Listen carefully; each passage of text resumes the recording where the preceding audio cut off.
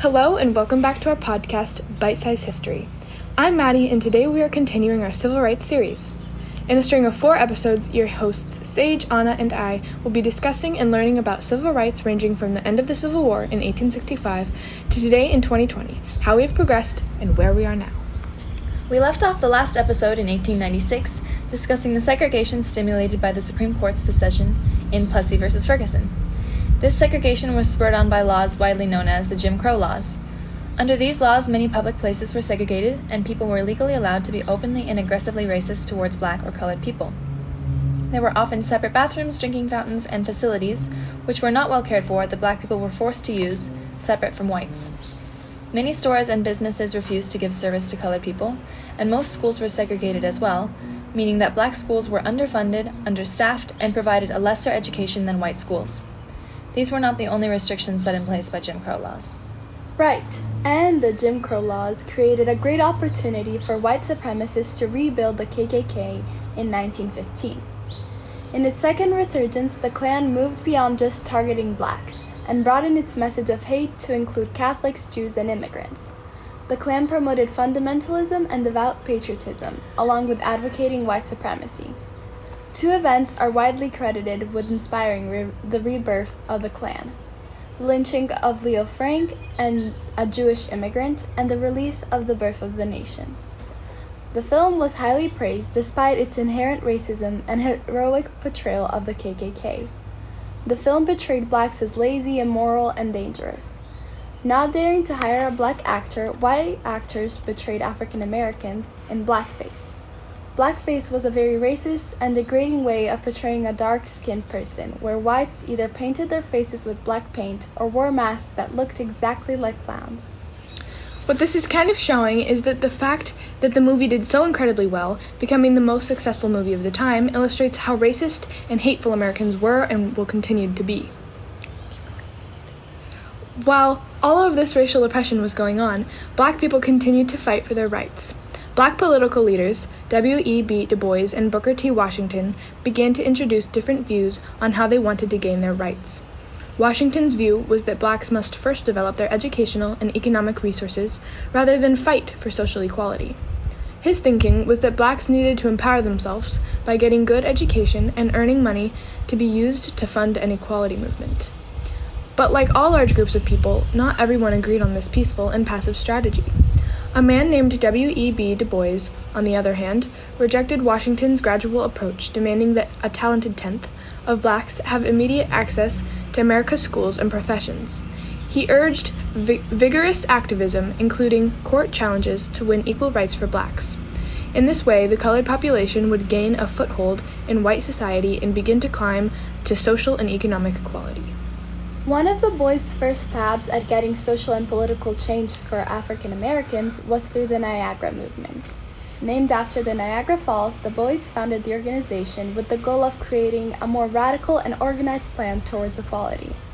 Although the Niagara Movement was unsuccessful in changing or creating legislature, its ideals led to the creation of a widely successful and renowned organization, the NAACP, which is still around today. The NAACP, or National Association for the Advancement of Colored People, was founded in 1909. The NAACP was an organization that fought for the civil rights of African Americans all across the country. The official mission of the NAACP is to secure the political, educational, social, and economic equality of rights in order to eliminate race-based discrimination and ensure the health and well-being of all persons. The NAACP quickly gained recognition and power and became one of the most influential groups in America. At this same time, a movement of around 6 million African Americans was taking place.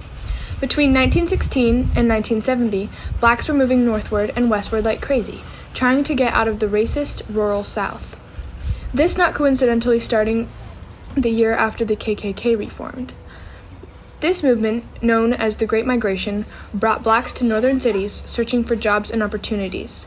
This led whites to redline blacks in an attempt to keep them out of their neighborhoods. Black ghettos formed, and the white and black living situation was very segregated. The mass migration also caused many white immigrants to turn against blacks as well, as they were the prime competition for jobs. After millions settled in the north and west of America, black culture became an influential force. A movement widely known as the Harlem Renaissance began in 1918. It was a period in which black culture on an intellectual, social, and artistic level exploded. Historical icons such as Louis Armstrong and Langston Hughes emerged from this movement, and the African American race began to gain more recognition in American society. This movement continued into the 1930s, and many of the changes that began in the Harlem Renaissance still have a widespread effect on America today. Jumping ahead a few years, more and more organizations fighting for civil rights continued to be formed. The Congress of Racial Equality, also known as CORE, was established by James Farmer in 1942. CORE was an interracial organization whose goal was to improve race relations and end discriminatory policies through the direct action activities. Leaders James Farmer specifically advocated for nonviolent protests to fight segregation and ultimately ended up serving alongside Martin Luther King Jr. Another huge issue that was plaguing the African American people was segregation in the military. From 1812 through World War II, U.S. military units were segregated. During World War II, the United States Army had only 5 African American officers.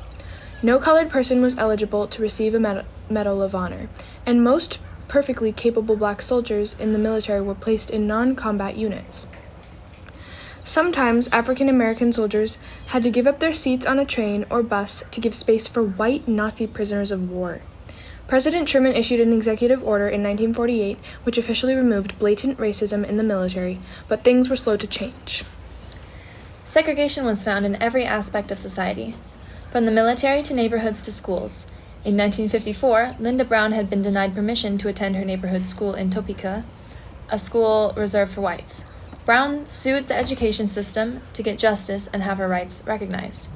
This unanimous decision by the Supreme Court ruled that segregated schools are inherently unequal, and they should be desegregated with all deliberate speed. This was the most important Supreme Court decision of the century, overturning Plessy v. Ferguson, the original case that justified segregation. Attorney Thurgood Marshall was significant in the fight for desegregation, successfully arguing the Brown case before the Supreme Court and becoming the first African American justice. So far, we've gone over setbacks such as redlining and the revival of the KKK. And we've also seen some good things, such as the NAACP forming and desegregation of the military. But reaching 1955, it became clear that racist sentiment among Americans had not changed. This is shown by the murder of 14-year-old Emmett Till. In the midst of summer, young Till went to a store and allegedly flirted with the clerk. A few days later, the woman's husband arrived home from a business trip. Upon hearing the news that a black boy had flirted with his wife, J.W. Milan and his half-brother, Roy Bryant, sought Till out. On August 28th, they showed up at Till's home and forced him to get into their car. The two men beat Till senseless, then forced him to carry a cotton gin fan to the Tallahatchie River. From there, they gouged out Till's eyes, shot him in the head, tied him to the cotton gin with barbed wire, and threw him in the river. If you're listening and thinking this couldn't get any worse, it did. A month later, both Milan and Bryant were found not guilty by an all-white jury for Till's kidnapping and murder. A year later, in 1965, the two men blatantly admitted to his murder in a magazine entry with no repercussion. African American resistance to their oppression was also met by significant hate and violence. For example, in Montgomery, Alabama, Rosa Parks refused to give up her seat for a white man on a city bus. At the time, African Americans were forced to sit in the back of the bus while the front seats were reserved for whites. While a bus seat might seem small and insignificant to us, events like this symbolized a constant reminder that blacks had to remain below white people. However, they resisted this oppression, and her arrest led to a year-long boycott led by Martin Luther King Jr.